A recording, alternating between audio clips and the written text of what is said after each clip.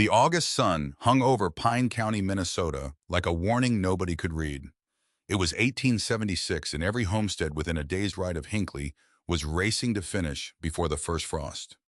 Men hauled lumber. Women stretched canvas over half-built roofs. Children carried nails in leather pouches slung across their small chests. And in every direction, from the Kettle River to the ridges above Cross Lake, the same sound rang out through the pines. The sound of window sashes being nailed into place. Big windows, proud windows.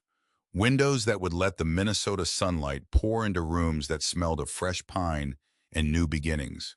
But on a 16-hectare parcel 3 miles east of the general store, a different sound rang out. The steady, patient tap of a stone chisel, and the person swinging that chisel was carving openings so small they looked less like windows and more like arrow slits in a medieval keep. Her name was Fenella Blackwood. She was 39 years old. She was a stonemason from the Isle of Skye, and she was the 6th generation of the Blackwood line to shape granite with her hands, though the only woman among them. Her shoulders were broad from a lifetime of lifting. Her forearms carried the pale dust of granite the way other women carried freckles. Her dark hair was pulled back beneath a plain wool kerchief, and her eyes were the color of the North Atlantic in November. Cold, steady, watching. She worked alone. She had worked alone all summer. She wanted it that way. The stone she was shaping had come from an outcrop 3.5 kilometers to the north, and she had hauled every block herself with a borrowed ox and a wooden sledge that she had built with her own 2 hands. Now, in the late afternoon of a Wednesday in August, she was measuring an opening in the south wall of a house that was not yet a house. It was still just walls, thick walls. Walls 60 centimeters deep with a face of dressed stone on the outside and a face of dressed stone on the inside, and a heart of packed rubble in between. Walls built the way her grandfather had built walls. Walls built the way Blackwood hands had built walls since before the Union Jack ever flew over Skye. Fenella measured the opening a second time, then a third, 20 centimeters wide, 35 centimeters tall, barely enough for a cat to squeeze through. She nodded once, set down her measure, and picked up her chisel. That was when she heard the horse. Nathaniel Whitmore rode a bay gelding with a silver-mounted bridle, and he rode it the way a man rides who wants the whole county to know he is coming. He drew up at the edge of Fenella's clearing, tilted his hat back on his head, and let his eyes travel slowly over the low-gray rectangle of granite that was rising from the Minnesota clay. Then he looked at the 4 openings that Fenella had cut into it, and then he laughed. It was not a kind laugh. It was the laugh of a man who has just been handed a story he cannot wait to carry back to town. "Widow Blackwood," Nathaniel called out. "What in the name of Almighty God is that?" Fenella did not look up from her chisel. "A house." "That is not a house. That is a prison." She set another chip of granite loose. It fell at her boot with a small, clean sound. "My wife," Nathaniel said, "asked me last night what you were building over here. I told her I did not rightly know. Now I do. You are building a tomb for those 2 children of yours. And the pity of it, ma'am, is that you seem proud of it." Fenella finally looked up. She looked at Nathaniel Whitmore the way a woman looks at a wolf that has come too close to the smokehouse. Then she went back to her chisel. Nathaniel waited a moment for a reply that did not come. Then he wheeled his bay gelding around and rode off toward the road, and by the time he reached the general store in Hinckley, the story of the Scottish widow building a dungeon for her fatherless children was already halfway across Pine County. But Fenella Blackwood had not crossed an ocean to build what everyone else was building. She had come to Minnesota to build the only thing she still trusted. You may be curious what happened when the hard Minnesota winter tested her peculiar dark cabin against the bright, cheerful houses of her neighbors. Stay to the end. What Fenella Blackwood built in the summer of 1876 would save more lives than anyone in Pine County was willing to admit. And the price she paid to learn it was written on her heart, in the handwriting of a small boy she had lost 18 years before. To understand why Fenella Blackwood was cutting arrow slits into a granite wall in Minnesota, you have to go back to a stone cottage on the Isle of Skye in the winter of 1858. Fenella was 21 years old that winter. She was working alongside her father, a stonemason named Alistair Blackwood, and Alistair had gotten it into his head that the family cottage needed modernizing. Word had come up from Edinburgh that the new style was large windows, bright rooms, curtains of Belgian lace. Alistair had read about it in a pamphlet, and Alistair Blackwood was a man who believed in the future, the way other men believed in Sunday sermons. Fenella's grandfather, Malcolm Blackwood, had begged his son not to do it. Malcolm was 73 that winter. His hands were curled from a lifetime of holding granite. He had rebuilt half the walls on the western shore of Skye after the Great Storm of 1809, and he understood the North Atlantic the way a shepherd understands sheep. He sat by the peat fire in the old cottage, and he told his son quietly in the language his own father had used with him. The wind on Skye is not like the wind in Edinburgh. Light takes away warmth. Do not forget. Alistair did not listen. He took down the old wall on the south side of the cottage, and he put in 3 tall windows with glass panes shipped up from Glasgow, and he was proud of what he had done. He told Fenella it was the future. He told her that the old ways were finished. Fenella herself had been unusual from the beginning. Malcolm had noticed her when she was 7 years old, watching him dress a lintel in the yard behind the cottage. She had asked a question about how he knew where to place the chisel, and he had looked at her a long time, and the following morning he had put a small hammer into her hand and started her on scraps. Alistair had complained. Girls did not learn stone.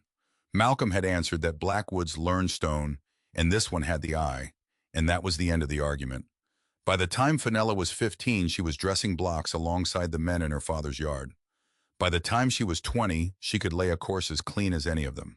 Then December came, and with December came a storm out of the northwest that pressed against the new windows like a living thing. The little boy was named Ewan. He was 5 years old. He had Fenella's own dark hair and her father's stubborn chin, and he was the last of the Blackwood children born late in his mother's life, the way small miracles sometimes are. He slept in a bed against the south wall, the wall with the new windows. On the second night of the storm, the peat fire could not keep up. The cold came down the glass the way water comes down a stone. It pooled on the floor. It crept under the bed. Fenella's mother wrapped Ewan in every blanket in the house, and her father split kindling with hands that would not stop shaking, and by dawn on the third day the child was gone. Fenella carried his body out into the gray morning herself. He weighed almost nothing. He was cold the way stone is cold. And when she came back into the cottage, her grandfather Malcolm was sitting by the dead fire, with tears running silent down the deep lines of his face. Malcolm looked up at her. His eyes were the color of the North Atlantic in November, and Fenella would look at her own eyes in a mirror for the rest of her life and see her grandfather looking back. Malcolm said only one thing. He said it in a voice that was scraped raw from a night of not speaking. Light takes away warmth, lass. Do not forget. Fenella Blackwood never forgot. She forgot other things in time. She forgot the names of streets she had walked as a young woman. She forgot the faces of cousins who had emigrated to Nova Scotia. She forgot the taste of the ale her mother used to brew at Michaelmas. But she never forgot the weight of Ewan in her arms that morning, and she never forgot the sound of Malcolm Blackwood's voice by the dead fire. She worked with her father for 11 more years. She learned everything he had to teach her about stone. She said very little. In her 25th year, she married a fisherman named Ian McCrae, a quiet, decent man from a neighboring parish who had loved her since they were both children and who had waited patiently while she finished her apprenticeship. Ian understood what he was marrying. He did not ask her to stop working. In the spring of 1866, their son Callum was born. In the spring of 1869, their daughter Fiona was born. In the autumn of 1870, Ian McCrae went out with 2 other men in a small boat after herring and did not come home. The wreckage was found on the shore the following morning. His body was not. Fenella stood on the shingle beach in the gray November wind, with Callum's small hand in hers, and the baby Fiona strapped to her chest, and she looked out at the sea that had taken her husband, and she did not weep. She did not weep for 2 months. She did her mourning silently the way Blackwood women had always done their mourning in the workyard at the Stones. When she finally wept, it was at her father's grave 6 months later, after Alistair had followed Ewan and Ian and her mother into the ground of the little churchyard on the hill above the sea. She was 34 years old. She had 2 small children. She had no husband. She had no father. Her grandfather Malcolm had died the year before Ian drowned. The Isle of Skye had nothing left in it that would not remind her of who she had buried. In the spring of 1872, Fenella Blackwood took her son and her daughter, and she boarded a ship at Greenock, and she sailed for America. Her son was called Callum. He was 6 that year. Her daughter Fiona was 3. They came ashore in New York in the spring of 1872, and by the end of that summer, they were in St. Paul, Minnesota. St. Paul in 1872 was a city drunk on glass, and it did not know what to do with a female stonemason. The first three foremen she approached laughed her out of their yards. The fourth was a Scandinavian named Berg, who was 2 men short on a bank job on Wabasha Street, and he offered her a day's trial at half wages on the understanding that if she was slower than the men, he would send her home before dinner. She was not slower. She was faster. Berg watched her dress a piece of pink granite for the bank's cornice, and he stood a long time behind her with his arms folded, and at the end of the day, he paid her the full wage and told her to be back at dawn. She worked in St. Paul for 4 years. She worked on banks that wanted enormous plate glass windows to show off their wealth. She worked on hotels that wanted bright lobbies to draw travelers up from the river. She worked on the new opera house, on the courthouse, on the mansions of railroad men who were building along Summit Avenue. And everywhere she worked, the same message came at her. Glass was civilization. More glass was more civilization. A person who built with small windows was a person who was hiding from progress. For 4 years, Fenella Blackwood almost believed it. She watched her children grow up in a rented room over a laundry near the river cared for during the workday by a widowed Norwegian woman on the same floor who charged her 50 cents a week. She watched Callum learn English from the newsboys on the corner. She watched Fiona lose her Scottish accent by the time she was 5. She saved her wages in a tin box under the bed, and slowly the tin box filled up.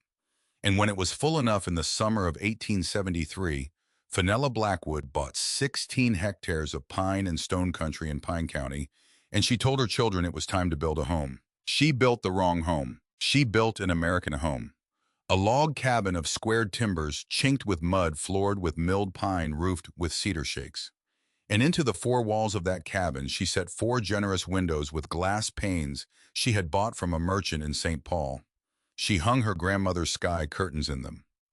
Callum, now 7, pressed his face against the panes and watched the deer come down to the creek at dawn. Fiona, 4 years old, sat in the pool of morning sunlight on the pine floor and played with a rag doll her mother had sewn her. For 1 summer and 1 autumn, Fenella Blackwood almost forgot about the Isle of Skye. Then came December of 1873. The temperature dropped to minus 32 degrees Celsius on the 10th of the month. It stayed there. The wind came out of the northwest off the frozen shield of Canada, and it pressed against the 4 generous windows of the Blackwood cabin the way a living thing presses against a door it means to open. Frost bloomed on the inside of the glass. Fenella watched it grow hour by hour while her stove burned red at its heart, and the wood box emptied faster than she could keep it full. She watched her children pull their chairs away from the walls without being told, drifting toward the center of the room like animals seeking the middle of a burrow.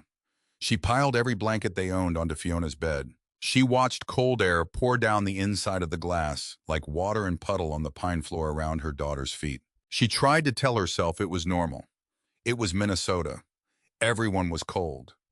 But the wood box and 29 cubic meters of split oak that she had thought would last until April were reduced to 14.5 cubic meters by the first week of February. In March, they burned the extra chairs. In April, they burned the milking stool and the small pine chest that her grandmother's Bible had crossed the Atlantic in, and Fenella hitched her exhausted draft horse to a sledge and dragged fallen branches home from 4.5 kilometers away through slush that came up to the horse's knees. The night the milking stool went into the stove, Fenella stood at the doorway of the cabin and looked back at her children. Fiona's small face in the lamplight was pale, and her lips had a faint blue cast that Fenella had seen once before. Just once, 18 years ago on the Isle of Skye. She did not sleep that night. She sat by the stove and she watched her daughter breathe, and somewhere before dawn, her grandfather Malcolm's voice came back to her out of the dark. "Light takes away warmth, lass. Do not forget." Fenella Blackwood put her face in her hands, and for the first time since she had carried Ewan out of the cottage on Skye, she wept. Then she stood up. She walked to the window. She put her palm flat against the frozen inside of the glass, and she felt the cold pouring through it into her cabin, and she made a promise to the boy she had lost, and to the daughter she still had, and to the son sleeping in the loft above her head. "Not again, not this house, not my child." The winter broke in early April. As soon as the snow was gone from the south side of her cabin, Fenella Blackwood went to work with a stonemason's eye and a stonemason's tools. She took the temperature of the air 3 feet from the window and compared it to the temperature of the air 3 feet from the log wall. She measured the surface area of every pane of glass in her 4 fine windows. She calculated. She wrote figures in a small leather notebook with a stub of a pencil. The notebook had belonged to Malcolm Blackwood. The first pages were filled with her grandfather's careful drawings of walls and lintels and chimney flues, all in a Gaelic-inflected hand that Fenella could read the way other people read scripture. The math was brutal. She worked it 3 different ways to be sure. Glass conducted heat away from a warm room about 15 times faster than the same area of solid log wall. Her 4 generous windows totaled roughly 1.5 square meters of glass. That was the thermal equivalent of leaving a hole in her cabin wall the size of a barn door. All winter. Every winter. Forever. She had almost killed her daughter for the sake of morning sunlight on a pine floor. She sat with the notebook on her knee, and she stared at the numbers for a long time. Then she turned to a fresh page and she began to draw.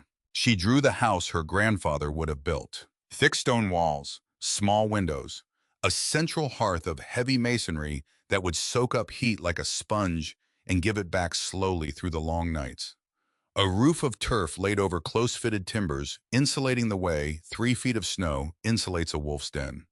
A floor of packed earth treated the way an Irish carpenter in St. Paul had told her with ox blood to seal it hard as pottery. Everything low, everything heavy, everything designed to hold heat the way a good stone catches the last light of the day. She worked on the drawings all summer and all autumn of 1874. She worked on them through the winter of 1874 to 1875, which was almost as brutal as the winter before it. She worked on them the following summer, while she added to the tin box under the bed with every stonemason job she could pick up in St. Paul on trips down by rail. By the spring of 1876, the tin box was heavy enough, and Fenella Blackwood was ready. She did not have a husband to talk it over with. She had only her children, and Callum was 10 and Fiona was 7, and neither of them was old enough to be asked to bless what she meant to do. So one evening in early April, after the children were asleep in the loft, Fenella Blackwood took a lantern out to the small hillock behind the cabin where she had scratched a shallow trench for a well the year before, and she stood there in the wet Minnesota night, and she spoke aloud to a 5-year-old boy who had been dead for 18 years and buried 3,000 miles away. "I am going to build it, Ewan," she said. "The house your grandfather Malcolm would have built. I should have built it 3 years ago. I should have known. I am sorry." There was no answer, of course. There was only the wind moving in the pines and the distant sound of a coyote somewhere out toward the Kettle River. But Fenella Blackwood went back into her cabin that night, with the matter settled inside her, and by June she was quarrying granite. She quarried it from an outcrop 3.5 kilometers to the north of her property. By July, the walls were rising course by course, 60 centimeters thick, with a face of dressed stone outside and a face of dressed stone inside, and a heart of rubble and lime mortar in between. By August, she was cutting window openings 20 centimeters wide and 35 centimeters tall, and Nathaniel Whitmore was laughing at her from the back of a bay gelding. But Nathaniel Whitmore was not laughing for the reasons Fenella thought. Nathaniel Whitmore was the richest farmer in Pine County. He owned 60 hectares of good bottomland along the Kettle River. He had a herd of 40 milk cows, a stallion he had brought all the way from Kentucky, and a 2-story frame house with 6 large windows that he had shipped in from Chicago 3 years before. Every man in the county envied him. Every woman in the county envied his wife Cordelia, her polished parlor and her sunlit kitchen, and the bright bedrooms where their 3 children slept. What no man and no woman in Pine County knew was that Nathaniel Whitmore was in debt for the price of those 6 windows. The debt was to a glass merchant in St. Paul named Marcus Halloran. $340 at 8% secured against 8 of Nathaniel's 60 hectares. Halloran had extended the loan on generous terms with only one additional condition. Nathaniel was to introduce 5 new customers to Halloran's showroom on Wabasha Street within 2 years of the loan's start. 2 years. Nathaniel had introduced 2 customers. He had 8 months left. And now some Scottish widow 3 miles down the road was building a house with no windows in it, a house that everyone in the county was already talking about. A house that, if it worked, if the woman was proven right, would put every glass merchant in Minnesota out of business north of St. Paul. Nathaniel Whitmore rode away from Fenella's clearing that August afternoon, laughing loudly. He rode away with his hat tilted at a rakish angle. He rode away like a man who had just seen something wonderfully absurd.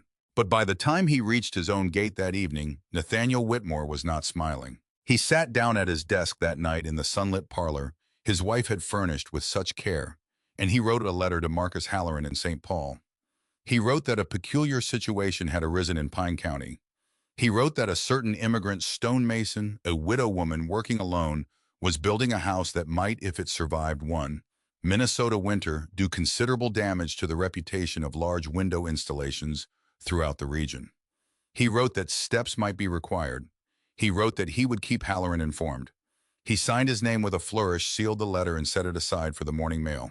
Then he went into his sunlit parlor, and he stood at his 6 large Chicago windows, and he looked out across the darkening fields toward the low gray rectangle of granite that was rising 3 miles to the east. He did not sleep well that night, nor any night thereafter. Fenella Blackwood worked on her house from dawn to dusk through all of June and July and August of 1876, and she worked alone. She had turned down offers of help from a Swedish neighbor named Lars Torvik. She had turned down an offer from an Irish carpenter in Hinckley who wanted to trade labor for stonework. She wanted the house built by one pair of hands. Her hands, the way Malcolm Blackwood would have wanted it.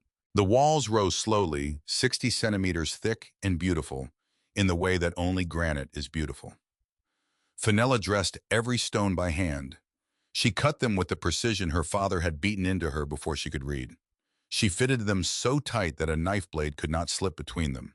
In every 50 centimeters, she laid a bond stone that ran the full depth of the wall, tying the outer face and the inner face together so that no frost heave and no summer settling would ever break them apart. The window openings received particular attention.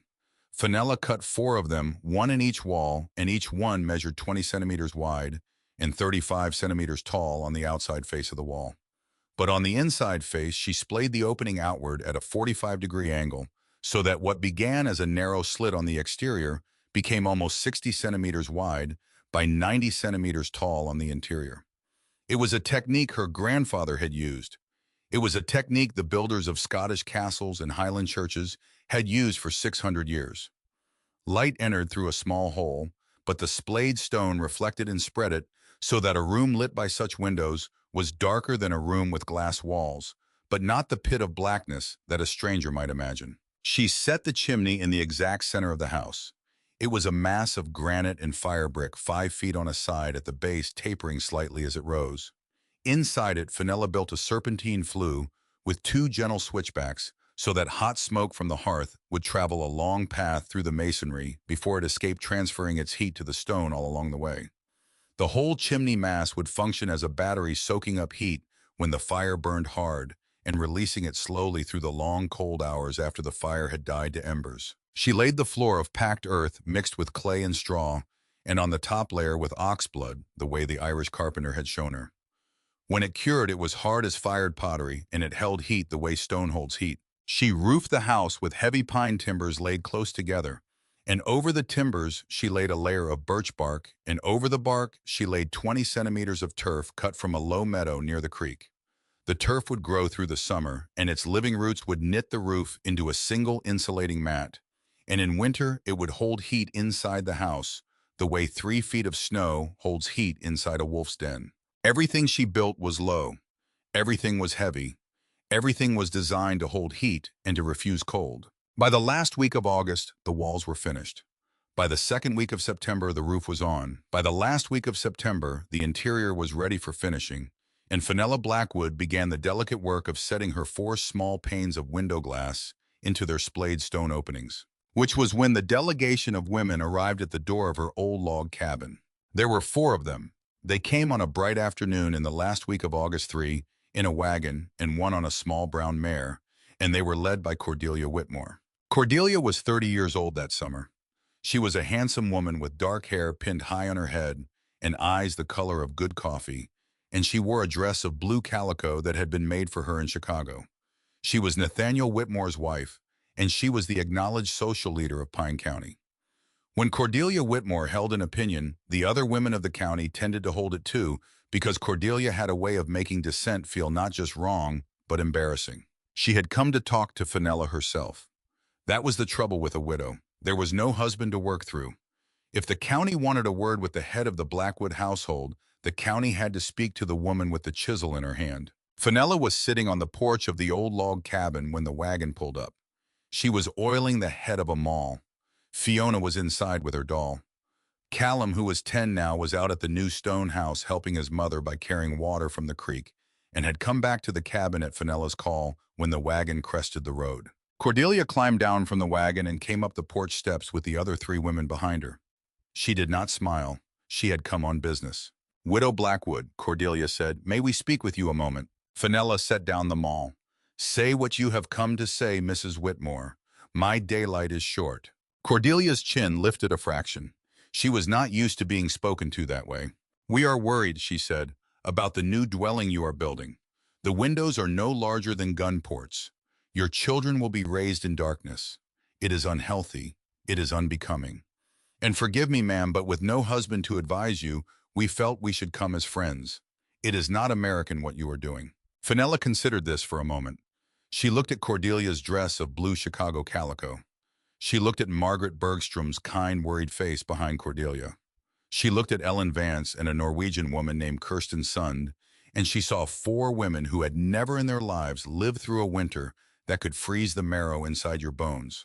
"Mrs. Whitmore," Fenella said quietly, "have any of you ever been inside a croft on the Isle of Skye?" They had not. "Then perhaps," Fenella said, "you should not tell me what is fitting for a Scottish woman to build. My husband is dead. My father is dead. My grandfather is dead. The only counsel I need is theirs, and I have it, and it is in my hands and in my notebook. And I will thank you not to speak to me as if I were a girl of 16 who could not think through a winter for herself." Cordelia's back stiffened. The other three women exchanged glances. Fenella kept her voice level, but her eyes were suddenly the color of granite in a north wind. "My grandmother," she said, "raised 9 children in a stone cottage with a single window smaller than your hand. All 9 lived to be grown. How many children in Pine County froze to death last winter, Mrs. Whitmore?" The question hung in the summer afternoon like a dropped stone. 2, in fact. Everyone knew it. A newborn baby in a cabin near Hinckley, whose mother's milk had failed when the woman herself was too cold to nurse. A 4-year-old boy whose father had run out of firewood in early February and had died trying to walk to a neighbor's farm through a blizzard, leaving the child in a cabin that was already below freezing on the inside. Everyone in Pine County knew both stories. Nobody had spoken them out loud in months. Cordelia recovered. She was a woman who did not lose her composure easily. "We wish only what is best for you," she said. "Then pray," Fenella said, "for a mild winter. Because when January comes, my children will be warm in our small dark house, while yours shivers next to those beautiful bright windows." She picked up the maul. She began to oil it again. "Now, if you will excuse me," she said, "I have work to finish before dark." The 4 women rose. They walked back to the wagon in silence. Cordelia climbed up onto the seat and took the reins, and she did not look back once as she drove out of the Blackwood yard. That evening, in a dozen homes across Pine County, the story of the Scottish widow who had insulted American hospitality and defended her mad building project was told and retold. By the following Sunday, the lines were drawn. Nathaniel Whitmore stood at the door of the little Lutheran church after service and shook hands with man after man who nodded gravely and murmured that, yes, it was a pity. Yes, some folks just would not be helped. And what could a woman alone know about building for a Minnesota winter? Fenella Blackwood stood 20 feet away with her hand on Callum's shoulder and Fiona pressed against her skirts, and she did not shake hands with anyone. She walked out to the wagon with Fiona's small hand in hers, and she looked neither right nor left, and her back was very straight. The last week of October came, and with it the first hard frost. The grass in the meadow behind the creek turned silver in the mornings. The maples along the road shed their leaves in a single windy afternoon, and the pines stood tall and dark against a sky that was going the color of pewter. Fenella finished the interior of the stone house on the 25th of October. She set the last pane of glass into the last splayed opening with a bead of lime mortar so fine that it looked like a line of white thread against the granite. She stood back. She looked at what she had built. It was low. It was gray. It was as unbeautiful as an old woman's face. And Fenella Blackwood loved it the way she loved her own children. On the 27th of October, they moved in. Fenella directed the moving of the furniture with quiet efficiency. She and Callum carried the beds and the table and the 2 Scottish chairs that had come across the Atlantic in the hold of a ship. Fiona carried her doll, and when everything was in, when the Scottish curtains had been hung over the 4 small windows, more from habit than from need, when the fire had been lit in the central hearth, and the first thin plume of smoke was rising from the chimney into the cold October dusk. Callum Blackwood stood in the middle of the main room, and he began to cry. "Mother," he said, "it's so dark in here." Fenella Blackwood knelt down. She put her big stonemason's hands on his shoulders. She looked into the boy's face by the light of the small fire and the one oil lamp she had already lit on the table. "Callum," she said quietly, "I want to tell you something. I have never told you before. But you are 10 years old now, and it is time." The boy stopped crying. He waited. "You had an uncle," Fenella said. "My little brother. His name was Ewan. He was 5 years old the winter he died.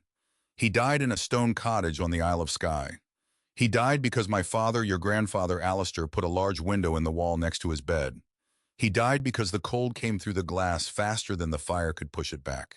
Callum's eyes were very wide in the lamplight. "Son," Fenella said, "I have seen what beautiful windows can do to a small child. I will not see it again. Not in my house. Not to you. Not to Fiona. Do you understand?" Callum looked at his mother for a long moment. He looked at Fiona, who was standing very still by the hearth with her doll pressed against her chest. He looked at the 4 small windows glowing faintly with the last of the twilight. "Yes, mother," he said. "I understand." Fenella pulled her son against her chest. She held him for a long time. Fiona came over and put her arms around both of them. The fire crackled softly in the central hearth, and the granite walls began imperceptibly to warm. Outside, 3 miles to the west, Nathaniel Whitmore sat at his desk in the sunlit parlor of his frame house. He was writing another letter to Marcus Halloran in St. Paul. He was writing that the Scottish widow had finished her tomb and had moved her children into it, and that the whole county was watching to see them fail.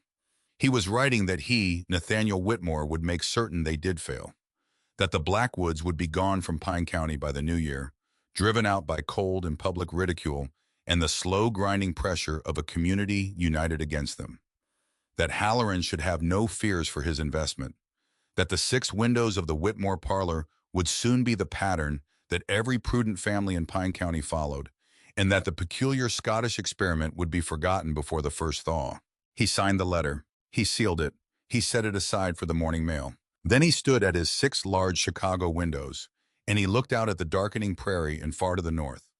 Above the dark line of the pine forest, he saw the first storm clouds of the season.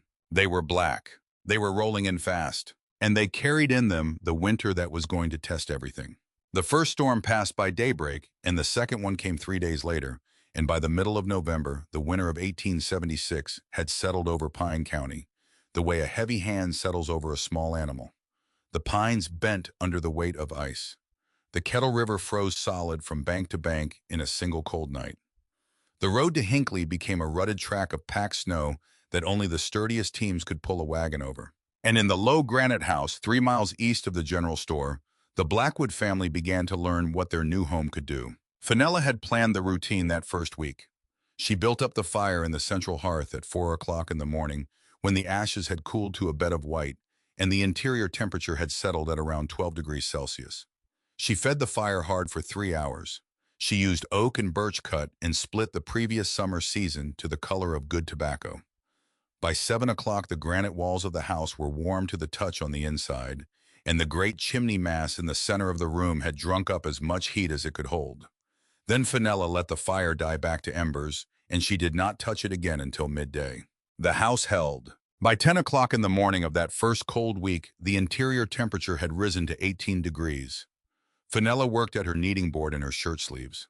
Fiona sat on the packed earth floor and played with her doll near the hearth, and her small bare feet did not turn blue the way they had done in the log cabin the winter before.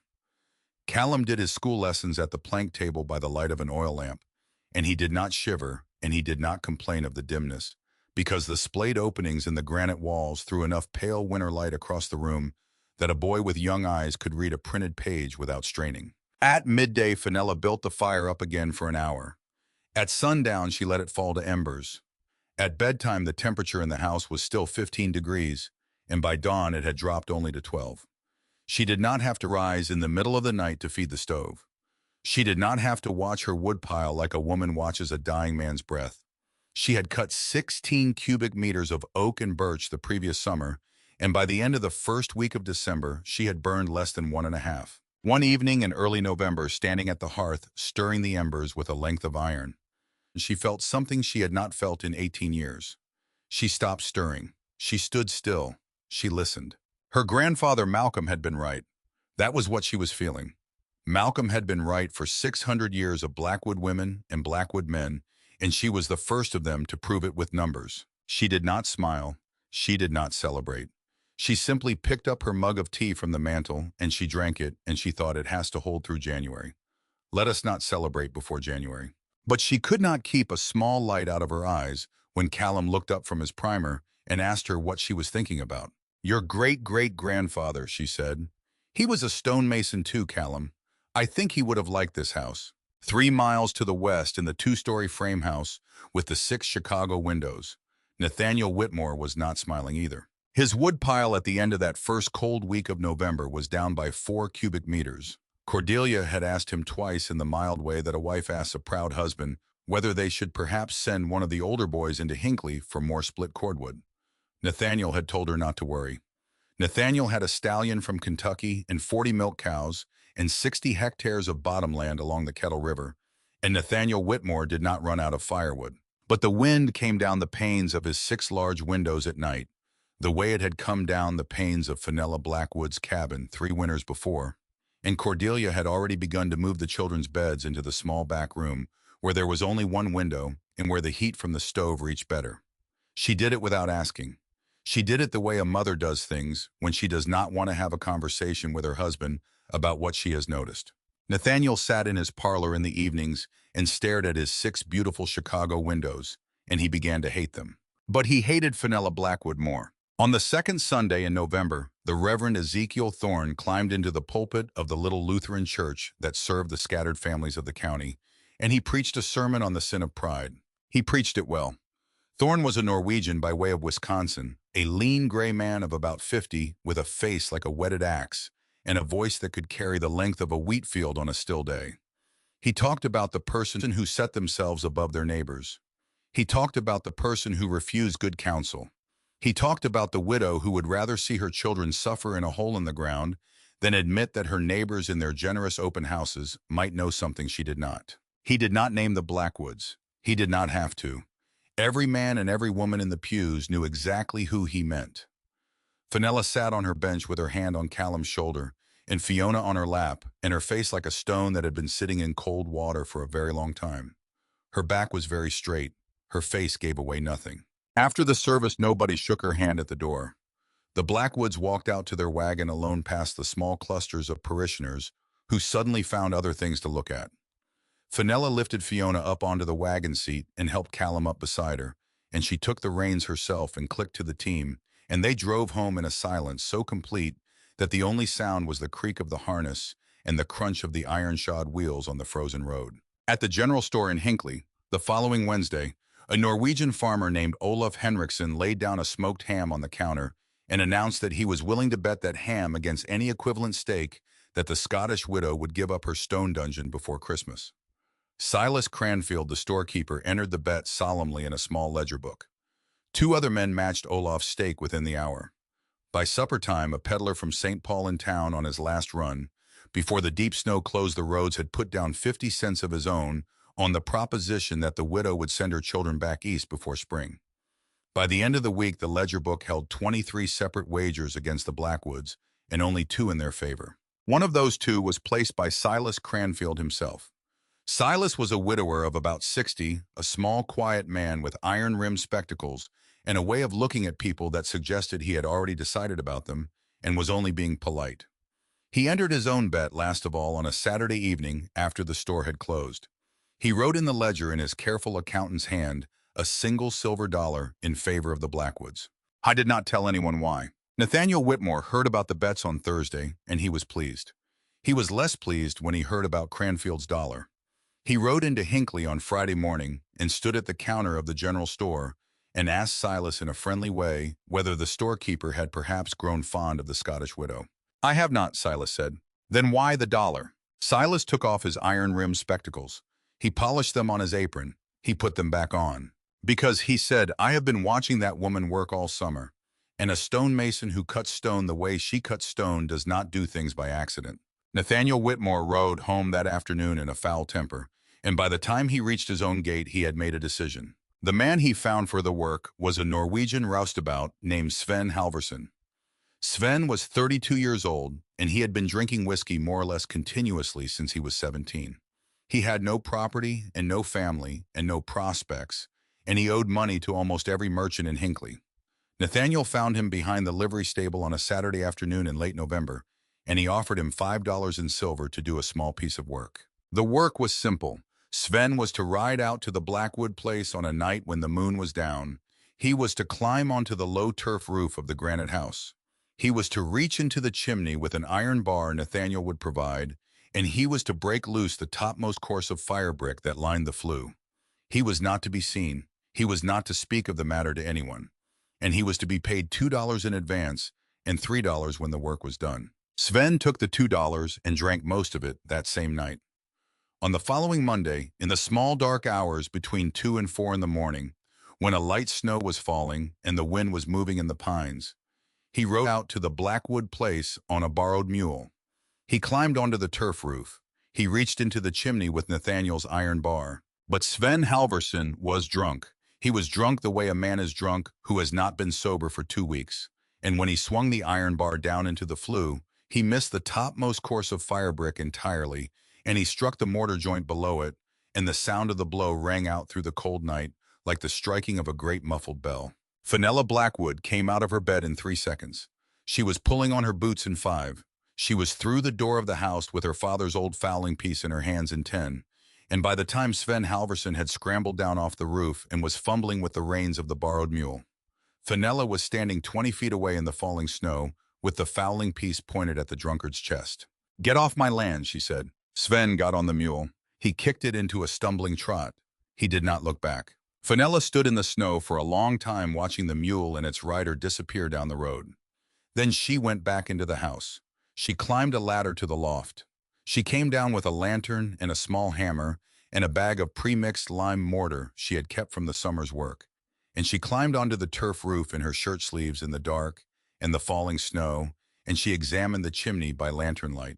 The mortar joint was cracked, but the fire brick was intact. Fenella set to work. She worked for 4 hours in the cold. Her hands went numb at the fingertips within 30 minutes, and she stopped every 10 minutes to warm them in her armpits before going back to the mortar. By the time the eastern sky was going gray, she had rebuilt the joint stronger than it had been before, and she had climbed down off the roof and stowed her tools, and she had come back into the house and washed her hands in a basin of warm water from the kettle. Callum was awake. He was standing at the foot of the loft ladder in his nightshirt with the lamp lit. He was watching her. "What happened?" he said. "Nothing," Fenella said. "The chimney needed a small repair. It is done. Go back to bed." He looked at her for a long time. He looked at her hands, which were red and swollen from the cold. He looked at her face, which was closed the way his great-grandfather Malcolm's face had been closed on the morning after Ewan died. He did not ask again.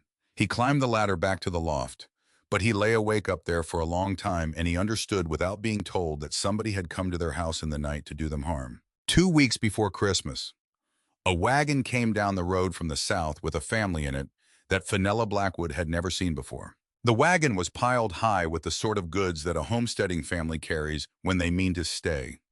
A plow and a harrow and a small anvil, a crate of hens, a milk cow tied behind, 3 small children sitting on top of the load bundled in wool blankets against the cold. On the seat, a man of about 34 holding the reins, and beside him a woman of about 30 with her hand on the arm of the smallest child. They had come from Ohio. The man's name was Elias Hartwell. The woman was Hannah. The children were called Samuel and Ruth and little James, aged 9 and 6 and 4. They had bought 40 hectares of pine and stump country 2 miles west of the Blackwood place, sight unseen on the recommendation of Elias's brother in St. Paul. They meant to have a cabin up before the deep cold set in. Fenella met them at the general store in Hinckley on a Wednesday afternoon. She had come in for a bag of flour and a tin of coffee. Elias Hartwell was standing at the counter talking to Silas Cranfield about window glass.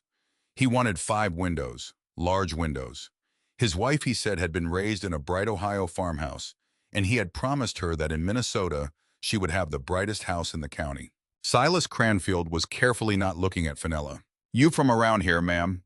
Elias said, turning to Fenella with the open, easy manner of a man who has not yet learned that Minnesota is a country where a stranger sometimes needs a while to make friends. 3 miles east, Fenella said. Stonehouse. Ah, Elias said. His face brightened. You are the widow. I heard about you in St. Paul. My brother told me the story. What story is that?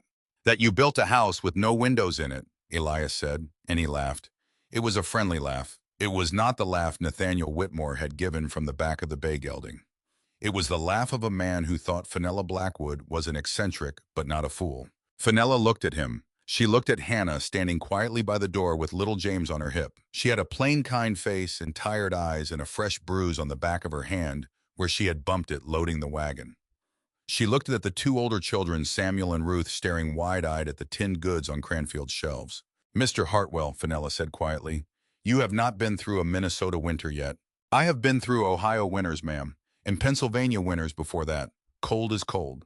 Cold is not cold, Mr. Hartwell. Minnesota cold is not Ohio cold. And a house with 5 large windows in Pine County in January is a house that will drink firewood faster than any man can cut it. Elias Hartwell smiled. He did not clap her on the shoulder the way he might have clapped a man on the shoulder, but he inclined his head with the same warm, easy politeness. Mr. Whitmore told me all about the windows, he said. He said with proper heavy curtains, you would not know the difference. He said his own house has 6 windows, and his family has never been more comfortable. He recommended a merchant in St. Paul, Mr. Halloran. He is sending the glass up on the next freight. Fenella looked at him for a long moment. She looked at Hannah again. She looked at little James, 4 years old, with dark curls escaping the edge of his knit cap, sucking his thumb. She saw Fiona in the log cabin 3 winters before. She saw the blue tinge at the edge of a small mouth. She saw Ewan being carried out into a gray sky morning. She opened her mouth to say more, but Hannah Hartwell chose that moment to smile at her, a shy, tired smile, and she said, it is a pleasure to meet a neighbor, Widow Blackwood. Will you and your children come to visit us when we are settled? Fenella closed her mouth. She nodded once. When you are settled, Mrs. Hartwell, she said, we will come. She walked out of the general store with her bag of flour under her arm, and the door closed behind her, and she stood in the cold December air on the wooden sidewalk for a long time before she untied her horse and rode home. She did not speak of the Hartwells to her children that night, but when Callum was asleep in the loft, she opened Malcolm Blackwood's notebook, and she sat by the hearth and she wrote a single line in her careful mason's hand. The Ohio family, 5 windows. May God be kinder to them than he was to Ewan. Then she closed the notebook, and she sat looking at the fire for a long time, and she prayed the sort of prayer a woman prays who has stopped believing that praying does much good, but who does not know what else to do. Christmas Eve came clear and bitterly cold. The temperature at sundown was minus 20 degrees Celsius, and by midnight it had fallen to minus 28. In the granite house, the Blackwoods gathered around a small tree that Fenella had cut from a stand of balsam behind the woodlot. She had made molasses candy. Fiona had a new rag doll her mother had sewn her in secret. Callum had a hand-carved wooden folding knife his mother had made him during the long summer evenings. But Callum was not himself that evening. He had grown quiet in the 2 weeks before Christmas. He had stopped asking his mother questions at the workbench. He had stopped coming out to help with the chores in the mornings. He sat by the fire and read his school primer with a face that was too still for a boy of 10, and Fenella had noticed and had said nothing and had waited. That night, after the children had been put to bed in the small alcove Fenella had built for them against the north wall, Fenella climbed the ladder to fetch a shawl she had left hanging over the loft rail, and she found tucked between the shawl and a folded blanket a folded piece of paper in Callum's careful schoolroom hand. It was a letter addressed to her brother-in-law in Chicago, her late husband's cousin, a printer named Duncan McRae, who had settled in Illinois in 1869 and had prospered. Dear Uncle Duncan, the letter began. I am writing to ask if I might come and live with you and Aunt Margaret in Chicago. I am 10 years old and I can work. I can carry papers or sweep floors or run errands. I would not eat much. My mother has built us a house here in Minnesota that is very dark, and my sister and I do not have enough light to see by. I do not want to hurt my mother's feelings, but I do not think I can live here for many more winters. Please write to her and tell her yes if you can. Your loving nephew, Callum McRae Blackwood. Fenella climbed down the ladder with the letter in her hand. She sat by the hearth. She read it twice. She folded it very carefully. She set it on the table. She did not weep. She had wept only twice in her adult life. Once for Ewan and once for Fiona in a Minnesota log cabin. She was not going to weep now for a small letter written in her son's schoolroom hand. But she sat by the fire a long time. Finally, she stood up. She walked to the alcove where the children slept. She knelt down beside Callum's bed. She touched his shoulder gently. "Callum," she said, "wake up, I want to show you something." The boy sat up, rubbing his eyes. Fenella wrapped him in his heaviest blanket. She carried him to the door. She stepped out with her son in her arms into the killing cold of the Christmas Eve night. The stars overhead were like broken glass. The breath rose from Fenella's mouth and Callum's mouth in twin white plumes that hung for a moment in the still air, and then drifted upward and vanished. The snow underfoot squeaked. With each step, Fenella took that dry, high squeak that snow only makes when the temperature is well below -20. Fenella carried her son to the outside of the south wall of the granite house. She set him down on his feet. She took his small hand. "Put your hand on the stone," she said. Callum put his hand on the granite. His eyes went wide. The stone was warm, not hot. Not the way a stove is hot, but warm the way a horse's flank is warm on a cold morning. Warm the way a mother's hand is warm. Warm the way something alive is warm. The heat of the fire that had burned inside the central hearth 6 hours before was still there, held in the 60 centimeters of granite and rubble radiating slowly outward through the long night. "Feel it, son," Fenella said. "Feel it a while." Callum kept his small hand on the stone. He said nothing. Then Fenella lifted him again and carried him along the wagon track that ran west toward the Whitmore place. It was a mile and a half. It took her half an hour walking with her son in her arms in the killing cold. Callum did not speak. His face was small and pale in the starlight, and his eyes were watching his mother's face. They came to the edge of Nathaniel Whitmore's yard. The frame house rose out of the snow, tall and pale in the starlight, with warm yellow light spilling from 3 of its 6 large Chicago windows. The Whitmore family was celebrating Christmas Eve. Fenella could see the shape of Cordelia moving inside and the smaller shapes of the 3 children. Fenella set Callum down. She led her son up to the outside of the north wall of the Whitmore house to a window where no one was looking out, and she took Callum's small hand again. "Now," she said, "put your hand on the glass just for a moment." Callum touched the glass. He jerked his hand back with a small cry.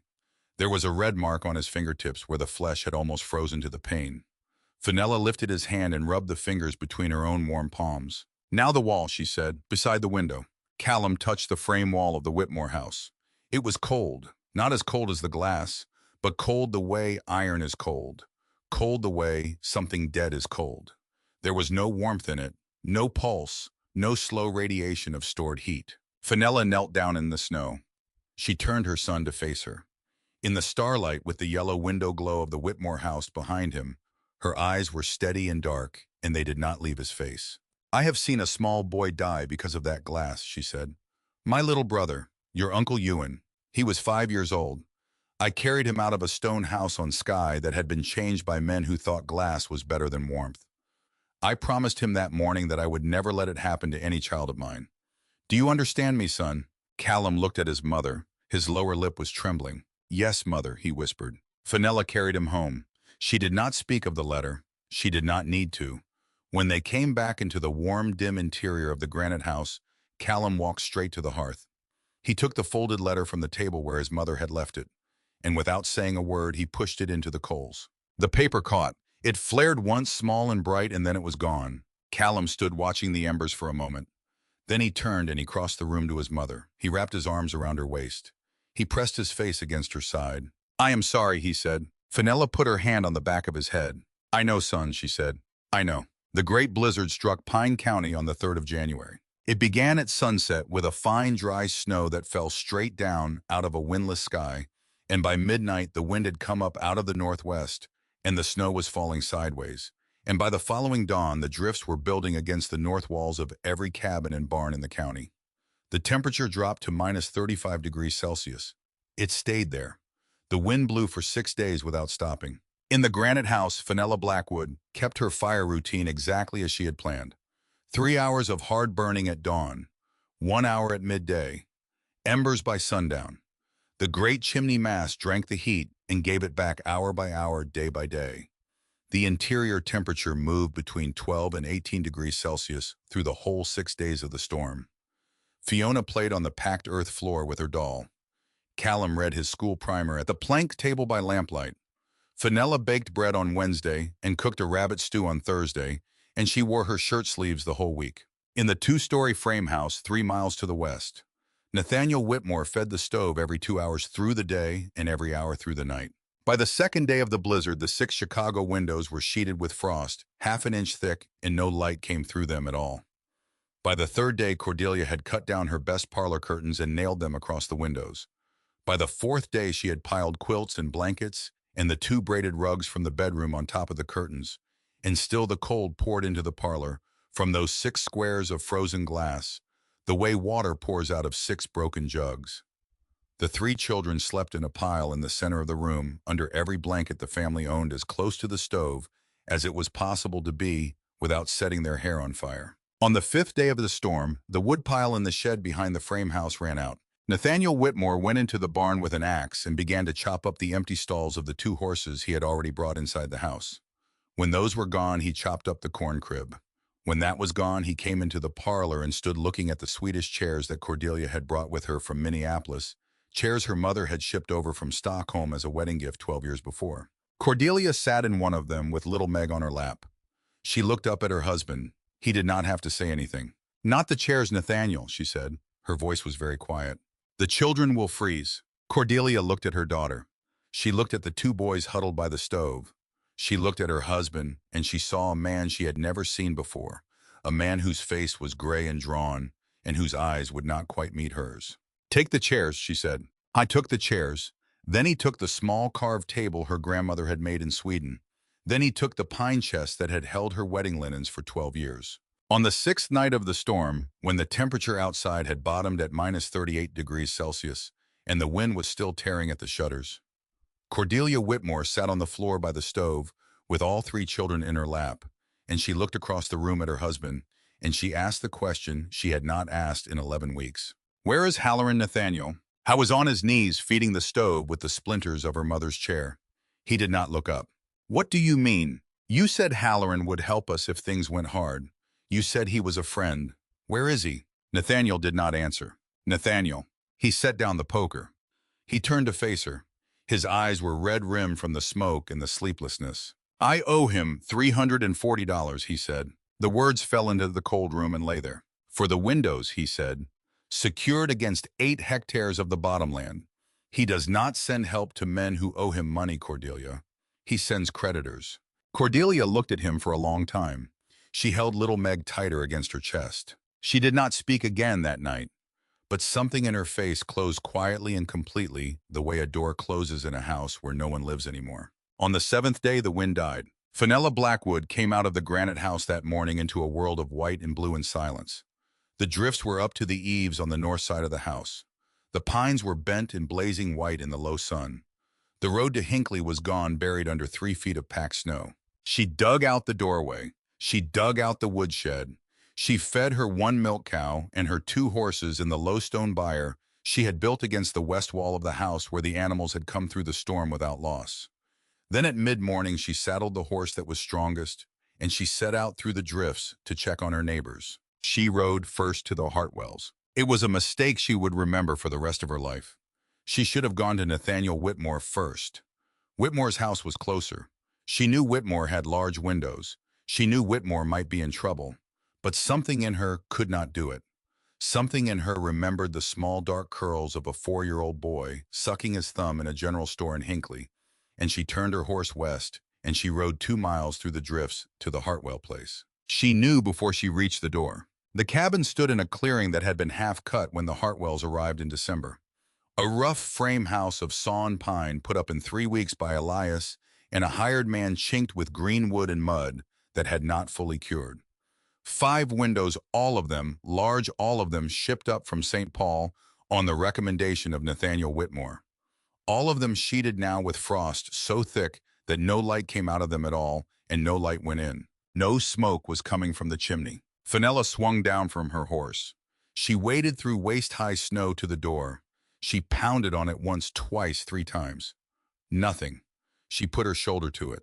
The latch was frozen. She put her shoulder to it again. It gave. She stepped inside. The cold of the interior was worse than the cold of the outdoors. It was the cold of a stone left overnight in a mountain stream, the cold of something that has been dead for a long time. Elias Hartwell was on his knees in front of the small iron stove in the center of the room. He was frozen in that position. His hand was still around the handle of an axe.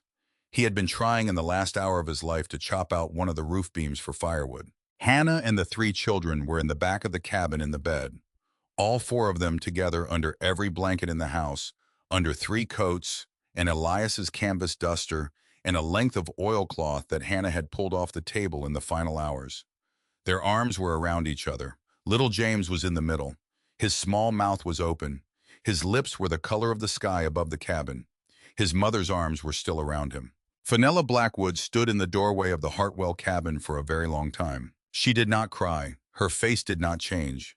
She simply stood, and she looked at the five bodies of the Hartwell family, and somewhere far away inside her chest, she heard her grandfather Malcolm's voice from a dead peat fire 18 years before. Light takes away warmth, lass. Do not forget. Then Fenella Blackwood did what she had come to do.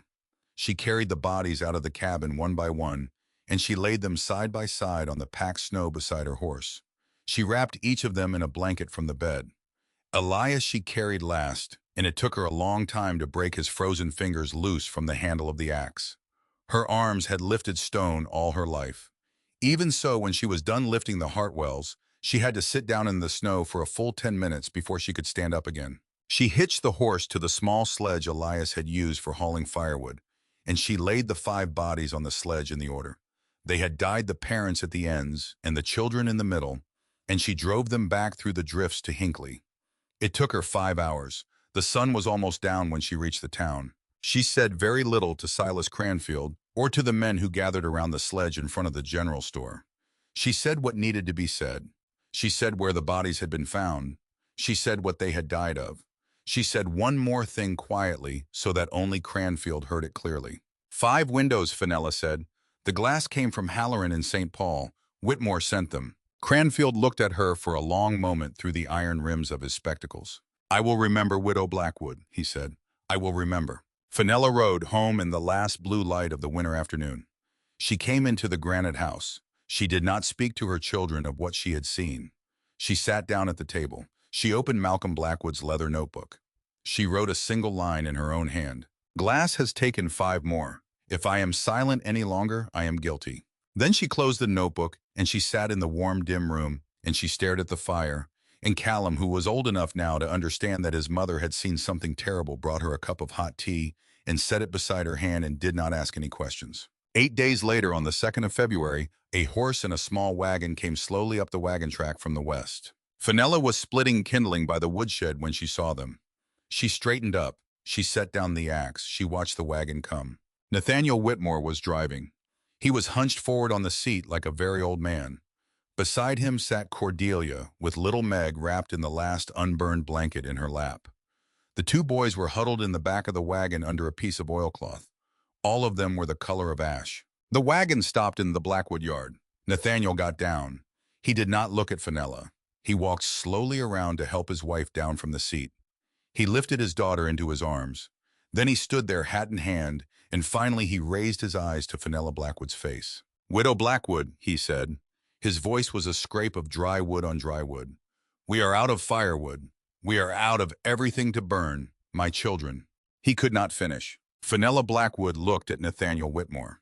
She looked at Cordelia standing behind her husband with her hand over her mouth. She looked at the 3 ash-gray Whitmore children. She thought of 5 bodies on a sledge. Then she set down the axe. She walked to the door of the granite house. She opened it wide. Bring them in, she said. The Whitmores staggered into the warm, dim interior of the Blackwood house. Cordelia took 2 steps inside and stopped. She felt the 16-degree warmth on her face. She felt the heat radiating from the great chimney mass in the center of the room. She felt the packed earth floor warm beneath the soles of her boots.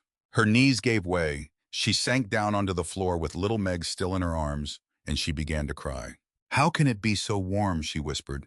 How can it be so warm in here? Fenella Blackwood did not answer her. She walked to the shelf where she kept her stonemason's tools, and she took down a small object wrapped in oilcloth. She unwrapped it. It was a mercury thermometer, the one she had borrowed from Silas Cranfield the week before Christmas. She walked back to the table. She set the thermometer down.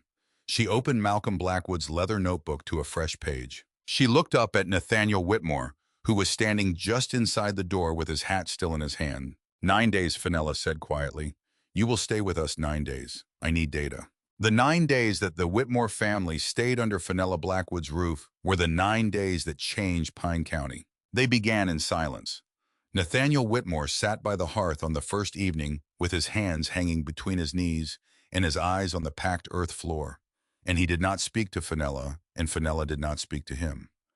Cordelia sat on the other side of the fire with little Meg asleep in her arms, and the two boys pressed against her sides, and she watched Fenella move quietly around the room, ladling stew into bowls, cutting bread, warming milk for the children. Cordelia did not offer to help that first evening. She could not have stood up if she had wanted to. She sat and she watched, and every so often she reached up and touched her own cheek, as if to be sure the warmth on it was real. Fenella sat at the plank table with Malcolm Blackwood's leather notebook open in front of her and the borrowed mercury thermometer laid across the pages. Every 4 hours she rose and took a reading from the thermometer, hanging in its usual place on the west wall 6 feet above the floor. Every 4 hours she wrote the reading down in her careful mason's hand, along with the outside temperature taken from a second thermometer, nailed to the frame of the doorway, and the state of the fire at the time of the reading, and the number of cubic meters of firewood consumed since the previous reading. She did the work the way she did all her work, methodically, silently, without any expression on her face at all. On the second evening, Cordelia stood up from the hearth and walked over to Fenella at the kneading board, and she said very quietly, "Show me what to do, please." Fenella showed her. They kneaded bread together. Cordelia's hands were clumsy, at first the hands of a woman who had spent 12 years having other women do her kitchen work. But she learned. By the end of the second day, she was slicing potatoes with something like competence. By the end of the third day, she was ladling stew and washing bowls and combing out Fiona's long dark hair by the fire, while the child sat quiet at her feet, humming a small tune the way small girls hum when they are content. The Whitmore children were slower to thaw. Little Meg cried in the dark for the first 2 nights, frightened by the dim interior and the strange bed. But Callum Blackwood, 10 years old and grave beyond his years, took charge of the 2 Whitmore boys on the third morning.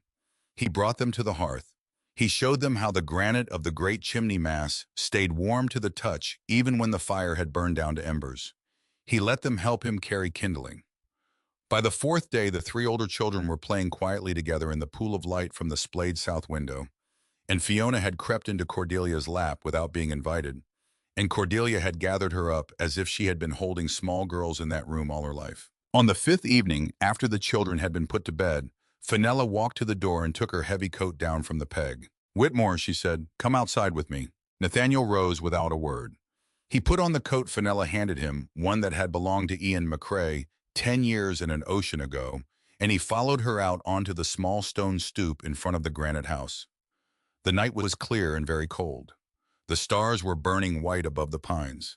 The 2 of them stood side by side in the still air, and for a long time neither of them spoke. Finally, Fenella said, "Tell me about Halloran." Nathaniel Whitmore did not try to lie. He was past lying. He stood in the starlight with his breath rising in a white plume, and he told her about the $340 and the 8 hectares of bottomland pledged as security and the condition about the 5 new customers. He told her about the letters he had written to St. Paul all through the autumn, the letters urging Halloran to protect his investment, the letters promising that the Scottish widow would be driven out of Pine County by New Year. He told her about the peddler at the general store and the bets in Silas Cranfield's ledger book. He told her about Sven Halverson and the iron bar and the November night when a drunkard had climbed onto her roof and been driven off with a fowling piece. Fenella listened without interrupting. She did not look at him. She looked up at the stars. When Nathaniel had finished, there was a long silence. The cold moved between them, the way cold moves between 2 people who have been walking a long time without speaking. Then Fenella said, "Sit down, Whitmore. I want to tell you something." They sat down on the stone stoop. Fenella turned up the collar of her coat. "I had a brother," she said. "His name was Ewan. He was 5 years old the winter he died. He died in a stone cottage on the Isle of Skye that my father had ruined by putting large windows into it. I carried his body out of that cottage myself, his weight in my arms. I have carried it every day of my life since." Nathaniel did not speak. He was looking down at his own hands. 8 days ago," she said, I rode out to check on the Hartwell family. Elias, Hannah, Samuel, who was 9, Ruth, who was 6, little James, who was 4. 5 windows in their cabin. Glass shipped up from St. Paul. From Halloran's showroom on Wabasha Street, on your recommendation. Nathaniel Whitmore made a small sound. It was not quite a word. I found them all dead, she said. Elias frozen on his knees in front of a cold stove. Hannah and the 3 children in the bed at the back of the cabin. The 4 of them holding each other. Little James in the middle with his mother's arms around him. Nathaniel's shoulders began to shake. He put his face in his hands. You almost lost your own children the same way Whitmore. 2 nights more, 3 at the most, and it would have been Cordelia I was carrying out to that sledge. And your Meg, and your 2 boys. I know, Nathaniel whispered. God help me, I know. Halloran does not care who dies for his glass, she said. He cares who pays, and you have been paying for him, Whitmore, in your neighbors, in the Hartwell children, in the reputation of every large window in this county. You have been paying his bill in other people's lives. The 2 of them sat in the starlight for a long time. Fenella let the silence stretch out. She did not press. She did not need to. She could feel the thing turning inside Nathaniel Whitmore, the way a stonemason feels a piece of granite turning under her hands as she shapes it. Finally, Nathaniel raised his face. His eyes were wet, but when he spoke, his voice was steadier than it had been in weeks. What do you want me to do? He said. Fenella looked at him.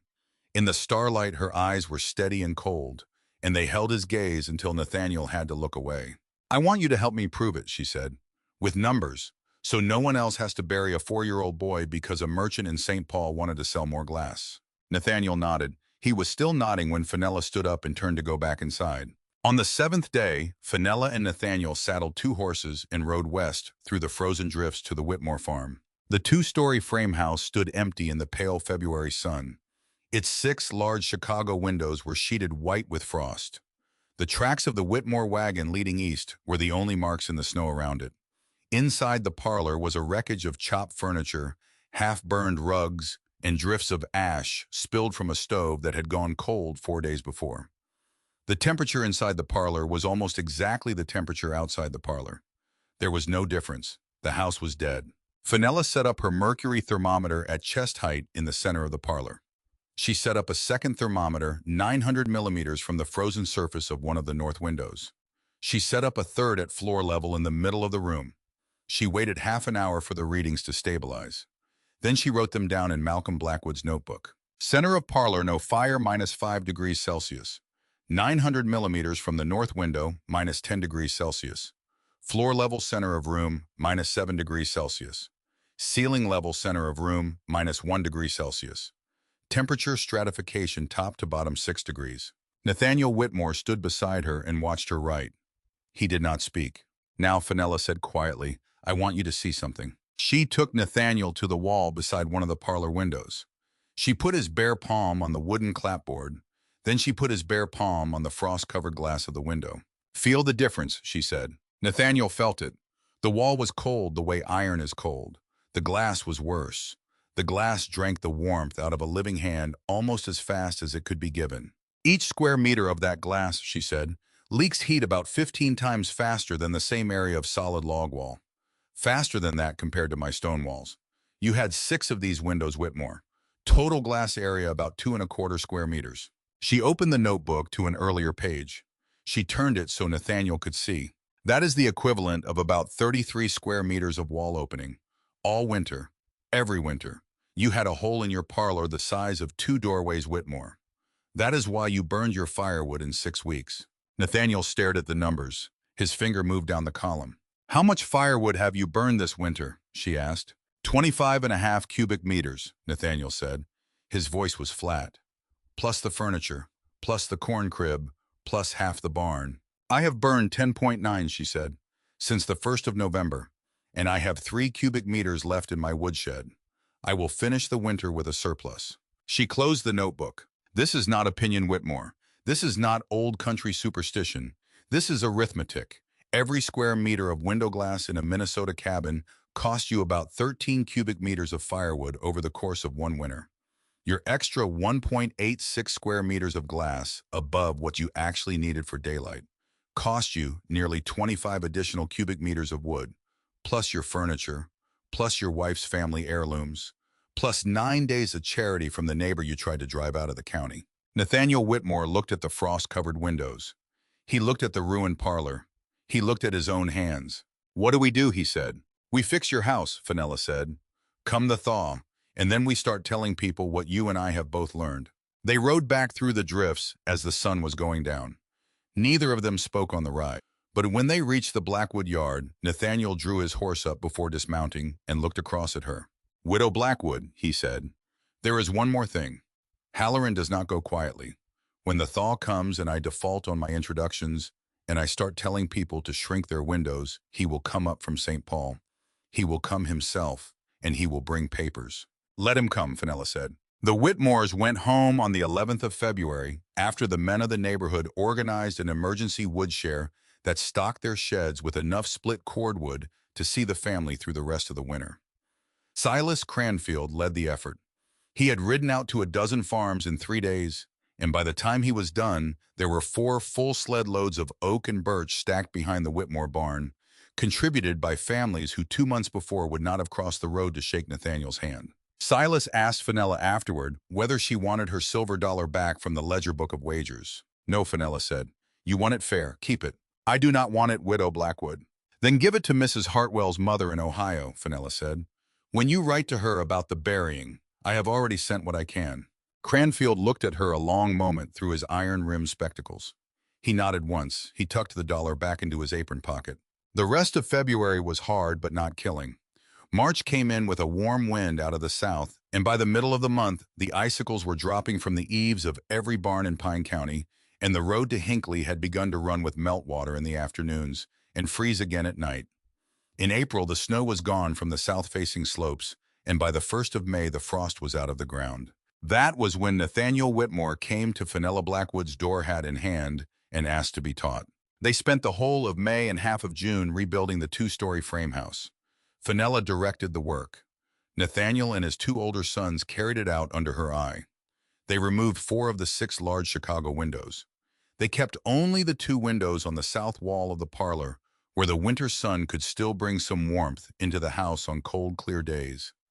The other 4 openings they framed with double walls of 1-inch pine, packed the space between with sawdust and dry oat straw for insulation, and clapboarded over the exterior so cleanly that only a person who had known the house before could tell where a window had once been. Cordelia said nothing about the change.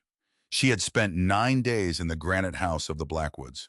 She had felt the 16-degree warmth in the middle of a killing January. She understood the trade. When Fenella showed her the finished parlor dimmer than it had been, but no longer a place where a mother might have to choose between her children and her mother's chair. Cordelia thanked her, quietly, without any of her old social manner. Just as one woman thanks another for saving what matters. News of the modification spread through Pine County faster than the spring thaw. By the middle of June, 3 families had asked Fenella to inspect their houses and advise them. By the middle of July, 7. By the middle of August, 11. Fenella walked or rode to every farm. She took her notebook. She took Malcolm Blackwood's leather-bound sketchbook with its careful drawings of sky lintels and hearthstones. She measured window openings and calculated ratios of glass to wall. She explained heat loss in plain language, using the arithmetic she had worked out in the 4 years since the winter that had almost killed Fiona. She never asked for money. Some families paid her in labor coming to her farm to help with the haying or the wood cutting. Some paid her in produce sacks of potatoes and rounds of cheese, and in the case of one Norwegian widow, an entire smoked ham. Silas Cranfield finally took her aside in the general store one August afternoon and asked in his quiet way whether she understood that she was giving away for free the equivalent of an engineer's consulting fees. "My father learned from my grandfather," Fenella said. "My grandfather learned from his. He told me knowledge like this is not to be kept in a strongbox. A person who hoards a warm house design in a Minnesota winter is a person who has forgotten what her grandfather's voice sounded like." Cranfield nodded once. He did not press the point. Marcus Halloran came up from St. Paul on the last Tuesday of August, 4 months after the Whitmore rebuild had been completed, and the news of it had begun to spread from farm to farm across Pine County. He came in a black buggy pulled by a matched pair of dark bays, and he came with a young clerk beside him carrying a leather portfolio full of papers. and he came with the settled ill temper of a man who has heard rumors he does not like and has come north to put a stop to them himself. He was a big man of about 50, heavy through the shoulders, with pale side whiskers and eyes the color of a shallow pond. He wore a suit of gray broadcloth cut in the Chicago style and a gold watch chain across his waistcoat and a beaver hat that he did not remove when he walked into Nathaniel Whitmore's kitchen. Cordelia offered him coffee. He did not accept. "Whitmore," Halloran said, standing in the middle of the kitchen with his young clerk hovering at his elbow. "I have received disturbing reports. I have received reports that you have removed 4 of the 6 windows I sold you 4 years ago. I have received reports that you are actively discouraging other families in this county from purchasing my glass. I have received reports, sir, that a certain Scottish stonemason, a widow no less, has been telling half the farmers between here and Hinckley that plate glass is a death trap in Minnesota." Nathaniel opened his mouth to answer, but before he could speak, there was a knock at the kitchen door. Cordelia opened it. Fenella Blackwood was standing on the step with Malcolm Blackwood's leather notebook under one arm. "Nathaniel," she said, "I came as soon as I heard the buggy pass my gate. May I come in?" "Please," Nathaniel said. "Please, Widow Blackwood, come in." Fenella stepped inside. She took off her plain wool bonnet. She set the notebook on the kitchen table. "Mr. Halloran," she said, "my name is Fenella Blackwood. I am the stonemason you have come here about." Halloran looked her up and down. He did not offer his hand. "Madam," he said, "you have been costing me money, considerable money. I intend to put a stop to it." "I understand," Fenella said. She gestured to the notebook. "May I show you something first?" Halloran hesitated. Then he nodded once curtly. He drew out a chair at the kitchen table and sat down. His young clerk sat down beside him with the leather portfolio in his lap. Fenella opened the notebook.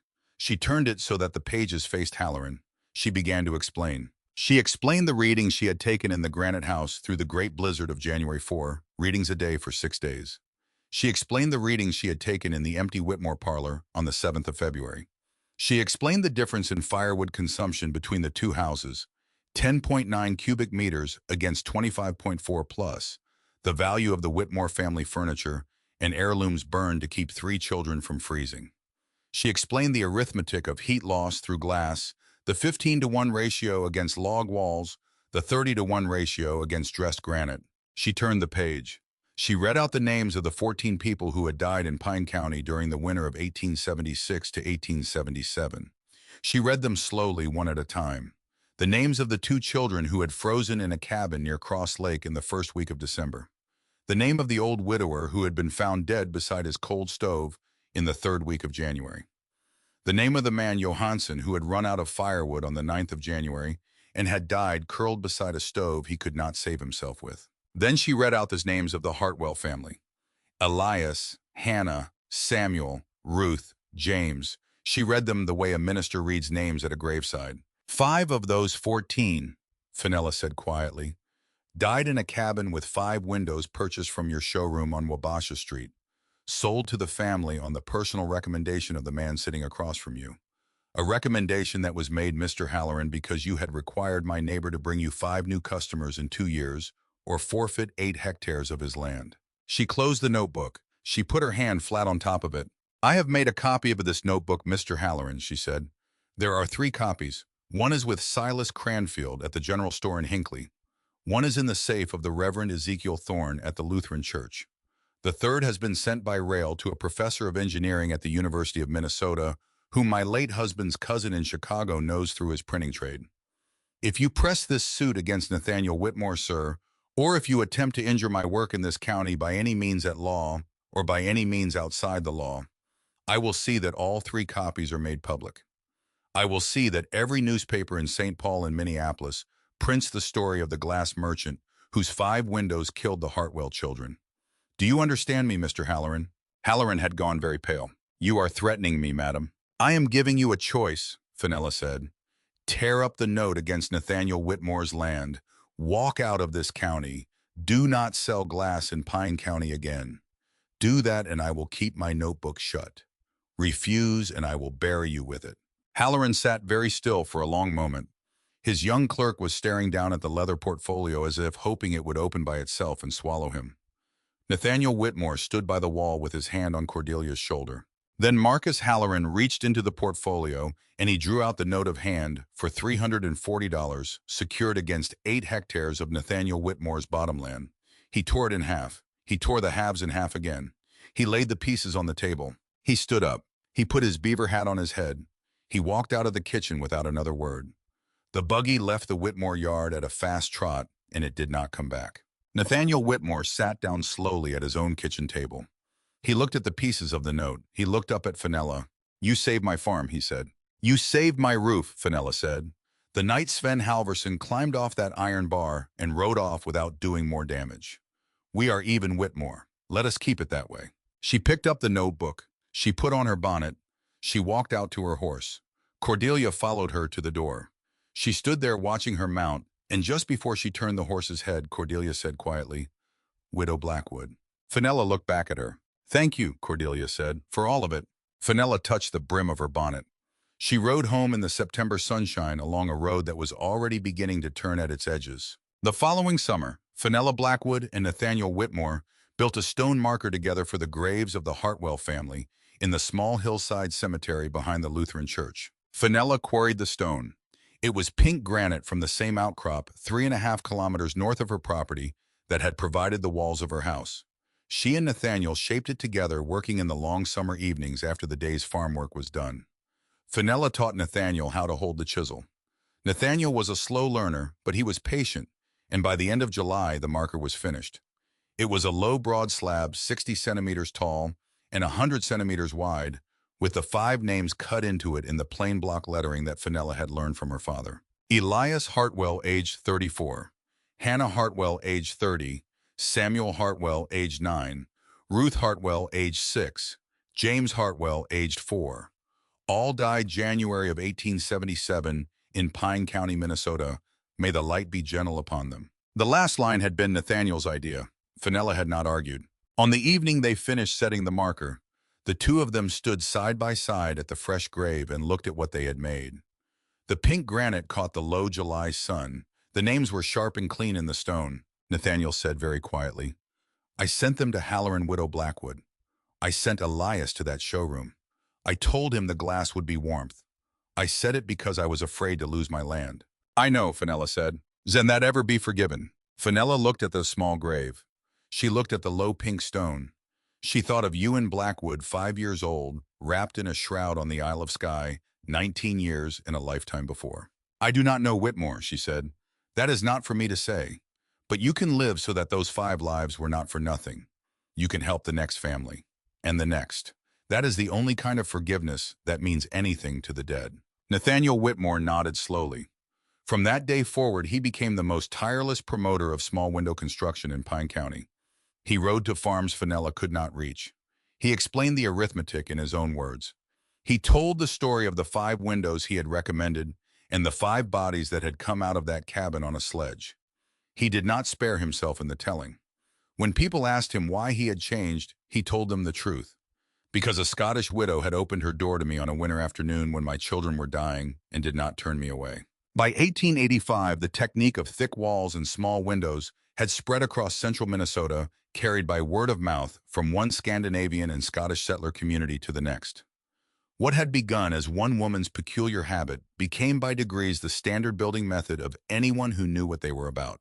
In 1890, a bearded professor of engineering from the University of Minnesota drove a hired buggy up the road from Hinckley and stopped at the granite house of Fenella Blackwood. His name was Whitcomb. He was researching cold climate construction for a series of agricultural extension bulletins the university was preparing. He had heard about the Blackwood house from a colleague in St. Paul. He asked respectfully whether he might examine the structure and copy some of the figures he had heard the stonemason kept. Fenella invited him in. She showed him the walls, the splayed window openings, the serpentine flue, the packed earth floor. She opened Malcolm Blackwood's leather notebook on the plank table. She gave the professor a full afternoon. When Whitcomb left, he left with careful transcriptions of every reading she had taken during the winter of 1876 to 1877, and a sketch of the floor plan and a written description of the construction technique. 2 years later, the University of Minnesota Agricultural Extension published Bulletin Number 47, titled Practical Construction for the Cold Winters of the Upper Midwest. The bulletin advised farmers building new homes in the northern counties to limit window openings to no more than 8% of the total wall surface area, to build walls of at least 50 centimeters thickness where materials permitted, and to concentrate what glazing they did install on the south-facing walls of their dwellings. The bulletin cited among its sources the empirical measurements of a Mrs. F. Blackwood of Pine County, whose observations during the winter of 1876 to 1877 had provided the foundation for the recommendations that followed. Fenella Blackwood received a copy in the mail. She read it once. She set it on the shelf above the plank table next to Malcolm Blackwood's leather notebook. She did not speak of it, but Callum, coming in from the field for supper that evening, and seeing the bulletin on the shelf, understood, without being told, what his mother had accomplished. And he sat down at the plank table, and he told her so. She waved him off, but she left the bulletin on the shelf, and it stayed there for the rest of her life. The years passed. Callum grew into a strong young man and married a Norwegian schoolteacher from Duluth in 1889, and took over the farm work while continuing to live in the small frame house he had built next door to his mother's granite one. Fiona went east in 1892 to train as a nurse and never came back to Minnesota to live, though she wrote her mother a long letter every Sunday for the rest of Fenella's life. Cordelia Whitmore lost Nathaniel to pneumonia in the winter of 1893, and she and Fenella grew in the strange way that former enemies sometimes grow into something like the closest friends either of them had. Fenella lived on in the granite house until the winter of 1914, when she died at the age of 77 in the alcove bed she had built 40 years before against the north wall. Callum sat beside her at the end. Fiona had come down from Boston on the last train, and she reached the house an hour before her mother drew her final breath. Fenella knew her. She touched her cheek. She said the name of Ian McCrae quietly, and then she closed her eyes. They buried her in the small hillside cemetery, 3 graves down from the Hartwell family. Callum, now 48, delivered a short eulogy at the graveside. He spoke of his mother's hands and his mother's silences, and the winter he had been 10 years old and had written a letter he was ashamed of ever after, and the night his mother had carried him 1.5 miles through minus 28 degrees to teach him what warmth was. Callum quoted his mother twice. He quoted her quoting her own grandfather Malcolm in the language of a peat fire on Skye. Light takes away warmth, do not forget. The granite house stood for another 38 years. It stood through the winters of the First World War and through the influenza epidemic of 1918, when Callum's oldest daughter died at the age of 11, and through the drought years of the 1930s. It stood through the Second World War. Callum grew old in it and died in it in 1946 at the age of 80. His son Angus inherited the farm. In the summer of 1935, an old woman in a black dress came out from Hinckley on a Sunday afternoon in the back of her grandson's Model A Ford. She was 89 years old. Her name was Cordelia Whitmore, and she had outlived her husband Nathaniel by 42 years and all 3 of her children by varying spans. She had the driver stop at the roadside 100 meters from the granite house, and she got down slowly, leaning on her cane, and she walked the last 100 meters in the summer sun with her great-grandchildren gathered around her. She stopped in front of the low gray rectangle of granite, and she stood looking at it for a long time. The turf roof had been renewed twice in 60 years, but the walls were the same walls Fenella Blackwood had raised in the summer of 1876. The 4 small windows were the same 4 small windows. The splayed openings were as clean and sharp as if a stonemason had cut them yesterday. Cordelia's oldest great-granddaughter, a girl of about 10, tugged at her hand. "Why are we here, great-gran?" Cordelia looked down at her. Then she looked back at the granite house. "I want to tell you a story, child," she said, "about a woman named Fenella Blackwood. Everyone in this county thought she was mad.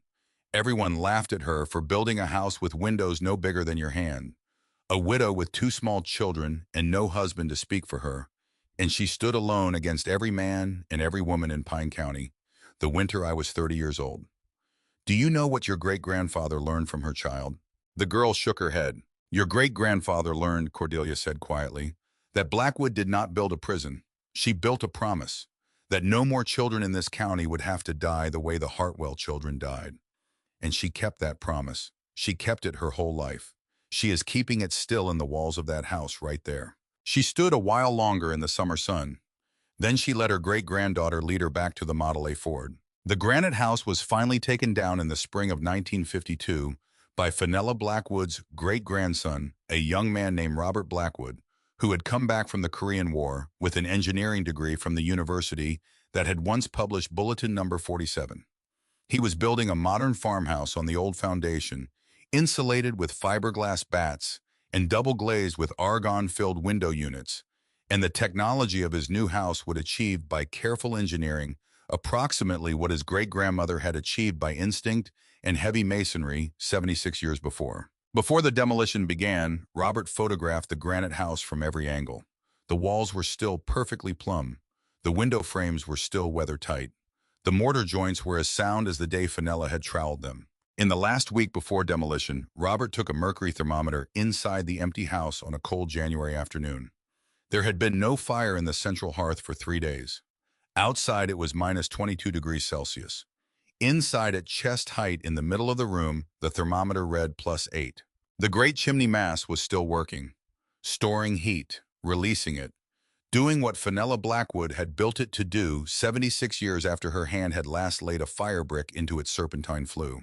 When the demolition crew broke through the interior plaster of the west wall on the second day, they found a small alcove that had been sealed up long ago. Inside the alcove was a leather notebook. The cover was cracked.